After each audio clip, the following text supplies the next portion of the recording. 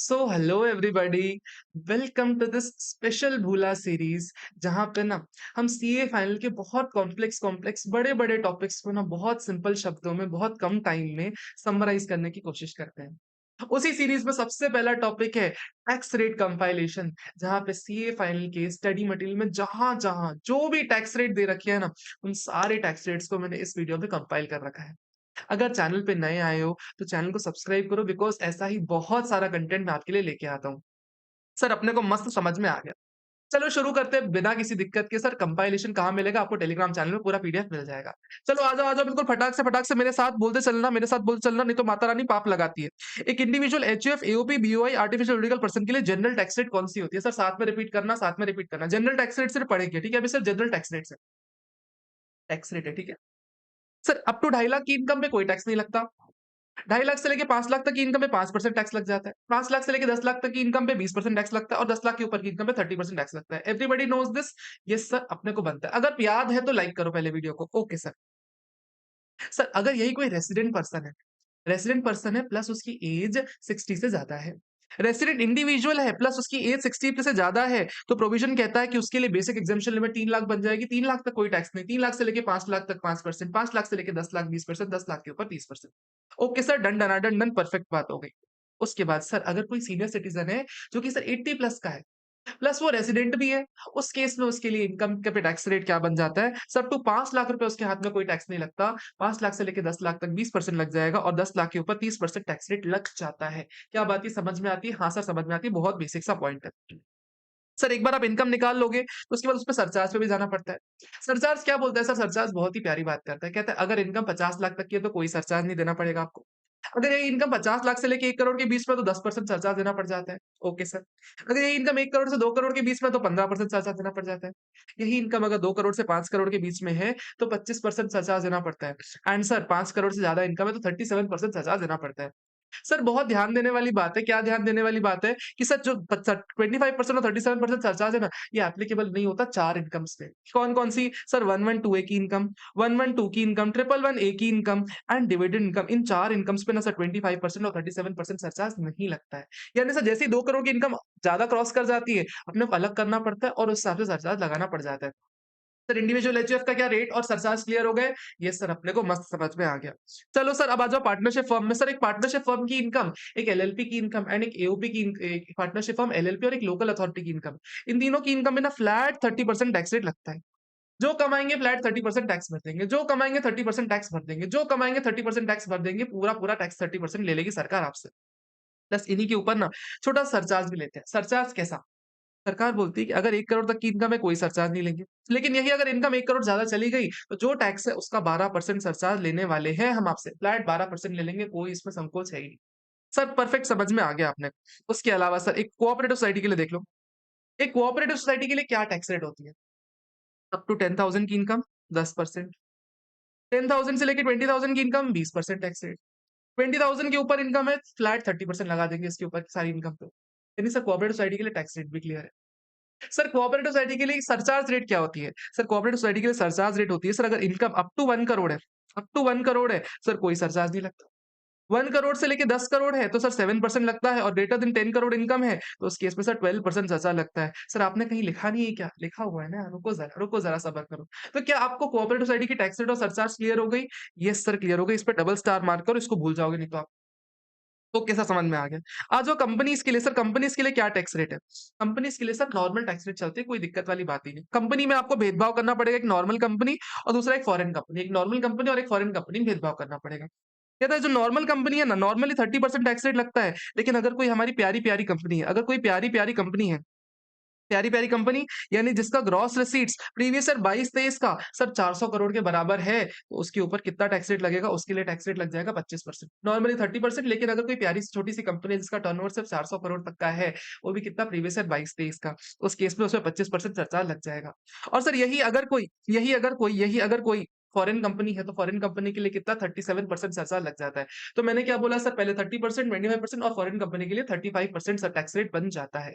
Sir यही foreign company के लिए या डोमेस्टिक कंपनी के लिए सरचार्ज भी होता है क्या? ये सर सरचार्ज भी होता है, बहुत बढ़िया सरचार्ज होता है। एक कंपनी के लिए क्या सरचार्ज है? देखो एक डोमेस्टिक कंपनी और कोऑपरेटिव सोसाइटी दोनों के लिए सेम सरचार्ज लगता है। कहते हैं अगर टोटल इनकम 1 करोड़ तक की है, कोई सरचार्ज नहीं लेंगे।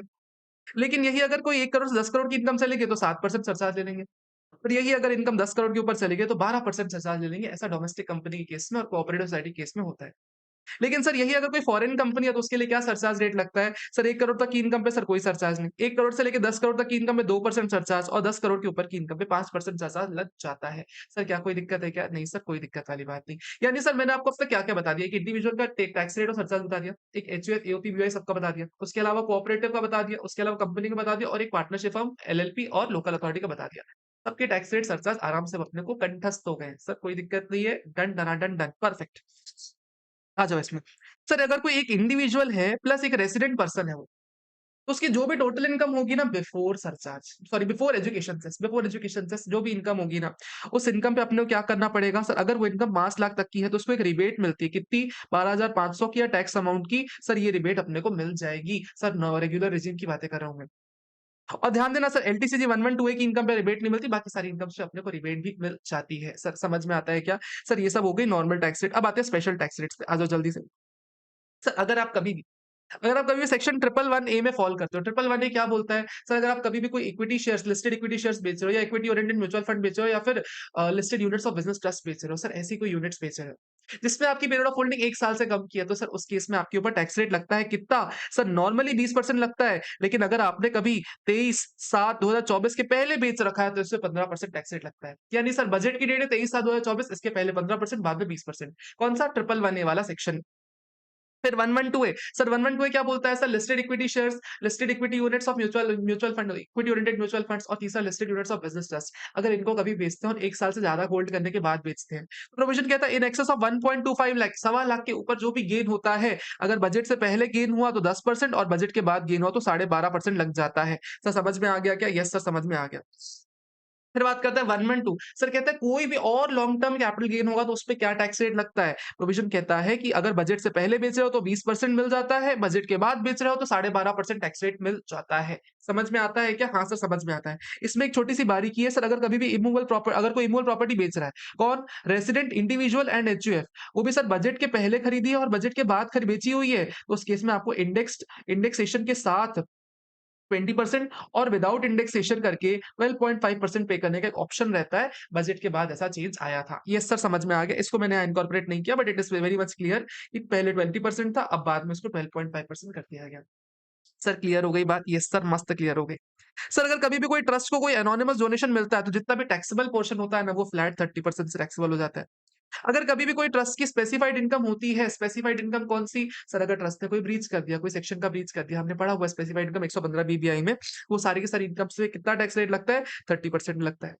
सर अगर किसी भी इंडिविजुअल को, किसी पर्सन को अगर वर्चुअल डिजिटल एसेट पे कोई कमाई हो रही है, सर क्रिप्टो करेंसी हो गया या फिर सर एनएफटीज पे हो गया, सर इन सब पे कोई कमाई होती है, फ्लैट 30% से टैक्सेबल होती है। बगल में रेट भी लिखे हुए हैं। अगर कोई पर्सन है सर 115 बीबीएफ में रॉयल्टी कमा रहा है, सर रॉयल्टी रॉयल्टी म्हणजे सर अगर कभी भी आपको रॉयल्टी की इनकम हो रही है और ध्यान देना, अगर वो पेटेंट इंडिया में डेवलप्ड है, यानी सर 75% ज्यादा खर्चा अगर इंडिया में इनकर किया हुआ है, तो उस पे कितना टैक्स रेट लगता है? इंडिया में 10% टैक्स रेट लगता है। इसके खिलाफ कोई खर्चे अलाउ नहीं होते अपने को। 115 बीबी सर अगर कार्बन क्रेडिट को बेचिए कोई इनकम हो रही है तो फ्लैट 10% आपको मिलता है। यस सर, समझ में आ गया। यस सर, समझ में आ गया, कोई दिक्कत वाली बात ही नहीं है। सर नेक्स्ट प्रोविजन आता है नॉन रेसिडेंट टैक्सेशन के, कैसे टैक्सेशन चलते हैं। इस पोर्शन को मैं फिर से एक अलग वीडियो में कवर कर लूंगा, लेकिन अभी सिर्फ आप ब्रीफिंग समझो कि एग्जैक्टली टैक्स रेट क्या चल रहा होता है। ठीक है। अगर एक एनआरआई है सर, एक एनआरआई, नॉन रेसिडेंट इंडियन यानी सर नॉन रेसिडेंट इंडियन यानी सर नॉन रेसिडेंट तो है लेकिन इंडियन सिटीजन है। Non resident plus Indian citizen है।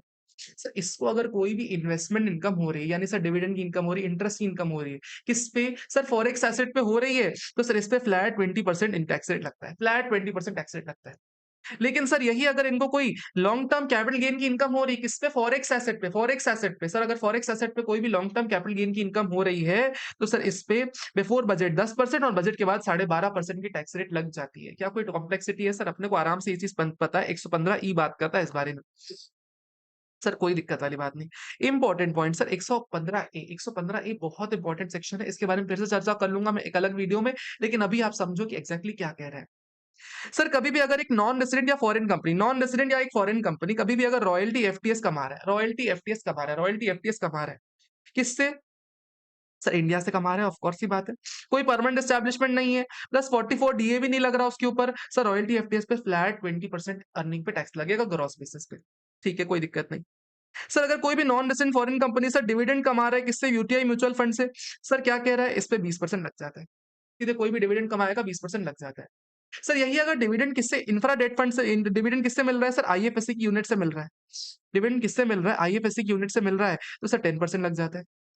यही डिविडेंड अगर किसी बिजनेस ट्रस्ट से मिलता है तो भी 10% लग जाता है। यही डिविडेंड अगर जीडीआर पे मिलता है ना, तो इस पे भी सर 10% लग जाता है। सर डिविडेंड में यही सारी इनकम है अपने पास। रॉयल्टी में 20%, डिविडेंड में 20%, लेकिन 3 केसेस में 10%। ठीक है सर, अपने को पता है। सर उसके अलावा अगर कोई फॉरेन कंपनी है नॉन रेजिडेंट इंटरेस्ट कमाता है फॉरेन करेंसी लोन में, इंडियन गवर्नमेंट को दे रखा है, तो सर 20% ले लेते हैं इस पे। Okay sir. सर अगर इंफ्रा डेट फंड से अगर पैसा ब्याज मिल रहा है, तो सर उस पे 5% टैक्स रेट लगता है। अपने को ये चीज बेसिकली अच्छे से आइडिया है। उसके अलावा सर कहता है अगर कभी भी Indian company, business trust, non corporate entity अगर अगर ये सब पैसे ये सब इंटरेस्ट का पेमेंट कर रहे हैं किसी नॉन रेजिडेंट को, सर कब? अगर आप 30 जून 2023 से पहले लोन, बॉन्ड या फिर आरडीबी का अगर पेमेंट कर रहे हो ना इंटरेस्ट का, तो इस पे कितना हो जाता है सर? 5% टैक्स रेट होता है। यानी सर 30/6/2023 के पहले अगर कोई एग्रीमेंट कर रखा है ना, तो उस पे 5% लगता है। ठीक है, कोई दिक्कत नहीं। सर अगर बिजनेस ट्रस्ट कभी भी अपने यूनिट होल्डर्स को अगर इंटरेस्ट पेमेंट कर रही है, तो उस नॉन रेसिडेंट यूनिट होल्डर को पेमेंट कर रही है, तो 5% टैक्स रेट लगता है। ये सब नॉन रेसिडेंट के केस में है। उसके अलावा सर अगर कभी भी एफआईआईस को पेमेंट हो रहा है सर आरडीबी पे, म्युनिसिपल सिक्योरिटीज पे, कब? सर 30/6/2023 के पहले वाले, तो सर उसपे 5% लगता है। 30/6/2023 के पहले इन सब पे 5% लगता है। सर क्या समझ में आया? सर याद तो हो गया आपने को, ये चीज पहले से पता थी, अब एक बार बस रिविजिट कर रहे हैं इनको। सर 115 ए भी क्या बात करता है? अगर कोई भी इनकम हो रही है आपको यूनिट्स म्यूचुअल फंड से या फिर यूटीआई से किसी ऑफशोर फाइनेंशियल ऑर्गेनाइजेशन को। Sir offshore financial organization India के बाहर वाले ऑर्गेनाइजेशन इंडिया में किसी के अप्रूवल के साथ, सेबी अप्रूवल के साथ इन्वेस्टमेंट करते हैं किसमें? यूटीआई म्यूचुअल फंड में। उनको अगर कोई भी यूटीआई म्यूचुअल फंड से इनकम हो रही है, उस पर क्या टैक्स रेट लगता है? देखो इन्वेस्टमेंट इनकम पे 10%, इन्वेस्टमेंट इनकम में 10% लग जाता है। उसके अलावा सर कैपिटल गेन पे भी कितना लगता है? सर 10% लगता है बजट से पहले, लेकिन बजट के बाद इसको 12.5% कर दिया गया है। बजट से पहले 10%, बजट के बाद 12.5% कर दिया गया। अगर कोई भी आपको बॉन्ड जीडीआर पे कमाई हो रही है जो कि फॉरेन करेंसी में आपने खरीद रखा था, सर 10% टैक्स रेट है, उस पे फ्लैट 10% टैक्स लगेगा आपको। इन्वेस्टमेंट इनकम में भी 10% और कैपिटल गेन में भी 10%, लेकिन बजट के बाद इस 10% को कैपिटल गेन के पॉइंट ऑफ व्यू से 12.5 कर दिया गया। यानी इन्वेस्टमेंट इनकम पे सर 10% है, कैपिटल गेन पे सर बजट से पहले 10% और बजट के बाद 12.5% हो गया। यानी 23 जुलाई के बाद 12.5% हो गया इस पे कैपिटल गेन पे। सर सिंपल सा पॉइंट है। 115 एडी क्या बात करता है? Sir 115 AD is very important. अब तक कुछ भी पढ़ा सब किनारे करो, 115 एडी बस ध्यान देना। क्या बात करता है सर 115 एडी? अगर कोई भी एफआईआई की कमाई, एफआईआई मेरे साथ बोला, एफआईआई अगर इंटरेस्ट डिविडेंड कमाते हैं तो 20% ले लेंगे। इंटरेस्ट डिविडेंड कमाते हैं 20% ले लेंगे। अगर कोई भी स्पेसिफाइड फंड अगर इंटरेस्ट डिविडेंड कमाता है 10% ले लेंगे। स्पेसिफाइड फंड क्या होता है? हमने वीडियो में चर्चा कर रखी है, रिवीजन वीडियो में। सर एक alternate investment fund category 3 IFSC में होता है, वो अगर कोई भी इंटरेस्ट डिविडेंड कमाता है 10% मिलेगा। एलटीसीजी 112A होता है, कभी भी अगर एलटीसीजी 112A होता है तो क्या बोलता है? सर सीधे सीधे 1.25 लाख के ऊपर सीधे सीधे 10% लगा देंगे, बजट के बाद 12.5% लगा देंगे। 1.25 लाख के ऊपर जो भी गेन है उस पर 10% बजट से पहले, बजट के बाद 12.5%। Other LTCG sir, this is important sir, कभी बॉन्ड बेच रहे हैं, कोई भी और एसेट बेच रहे हैं, तो सर 10% टैक्स रेट है, 10% टैक्स रेट है। बजट से पहले भी 10% है, बजट के बाद भी 10% ही है, इसमें चेंज नहीं किया गया। This is important. कोई एसटीसीजी 111 वाला है सर, पहले कितना होता था? 15% होता था, अब 20% कर दिया गया, बजट के बाद 20% है। उसके अलावा अदर एसटीसीजी पहले भी 30% था, अभी भी 30% है। इन एफआईए के लिए अपने को क्या याद रखना है? जो एलटीसीजी 111A है, सॉरी 111A है, सॉरी एलटीसीजी 112A वाला एलटीसीजी है।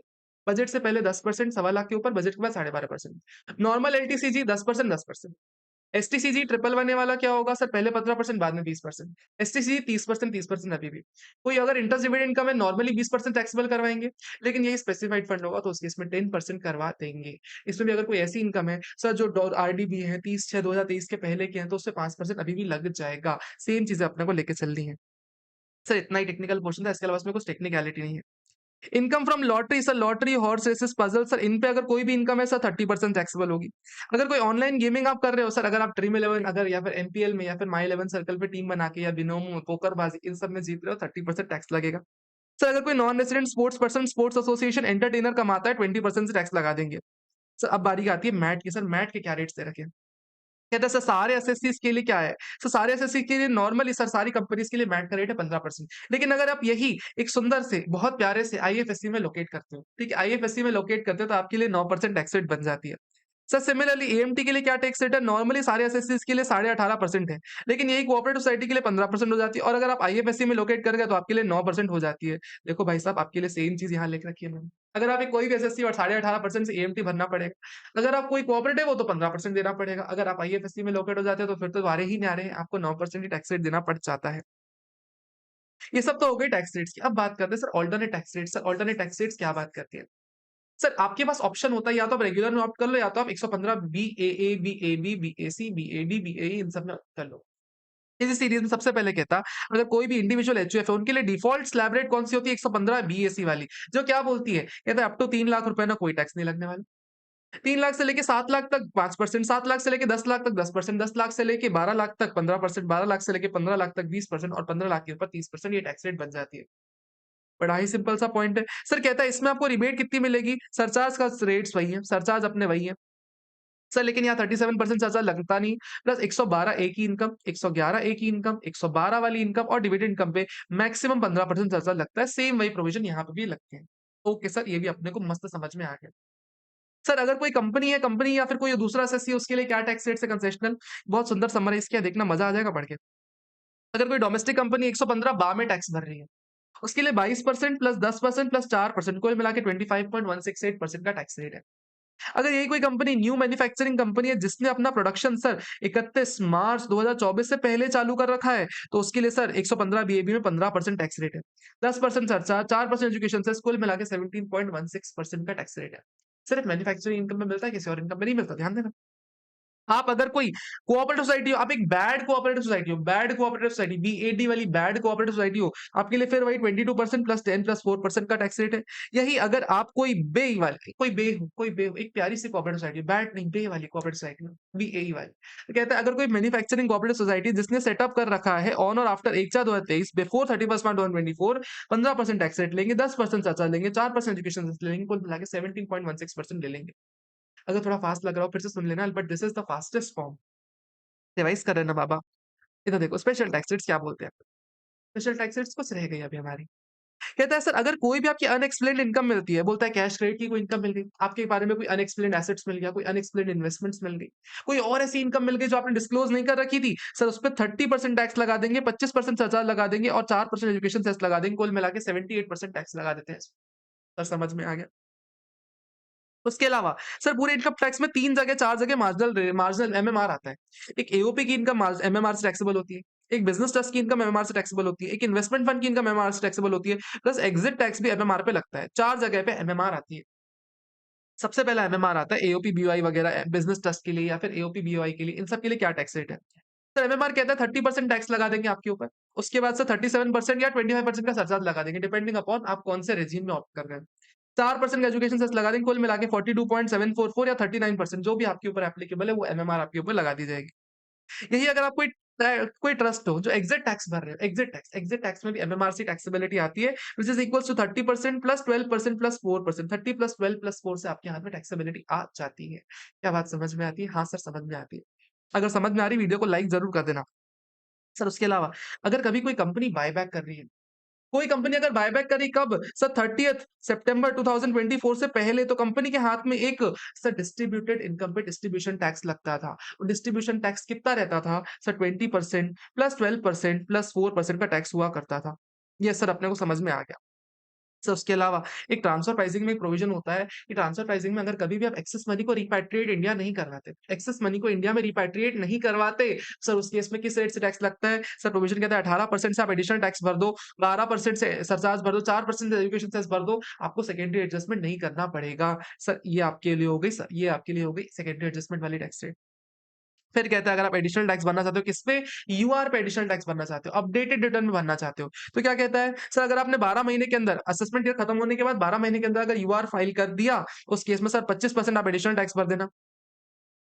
अगर आप 24 महीने के अंदर भरना चाहते हो, तो इस केस में आपको 50% भरना पड़ जाएगा। उसके अलावा कहता है एवरेज रेट ऑफ टैक्स क्या होता है सर डीडीएए के लिए, वो आपका जो फॉर्मूला रहता है उस फॉर्मूले से आप निकाल सकते हो, इसका कोई सेंस कम बनाता है। ध्यान देना सर, इन सब इनकम्स पे ना इस कुतड़िए को फेंक के मारने का। एचईसी करके कुतड़िया होता है, आपको याद ही ऐसे करना है, एचईसी करके कुतड़िया होता है, बिल्कुल कुतड़िया, इसको फेंक के मारने का, इसको कभी भी नहीं छोड़ने का, हमेशा फेंक के मारने का। ठीक है सर, कोई दिक्कत वाली बात नहीं। प्लस कहता है सारे को आपको राउंड ऑफ करना है नियरेस्ट 10 में, जितनी भी टोटल इनकम है ना उनको नियरेस्ट 10 में राउंड ऑफ करके चलना है। टनेज को नियरेस्ट 100 में राउंड ऑफ किया जाता है। ओके सर, समझ में आ जाता है? यस सर, मस्त रूप से समझ में आ जाता है। अगर वीडियो पसंद आता है जरूर लाइक करना। We will see you guys in the next one, and comment down your experience कि आपको किस वीडियो पे किस टॉपिक पे भूला सीरीज चाहिए, ताकि उन वीडियोस पे हम और अच्छे से टारगेट करके उनको आपके लिए आसान कर सकें। तब तक के लिए bye bye, take care and enjoy study.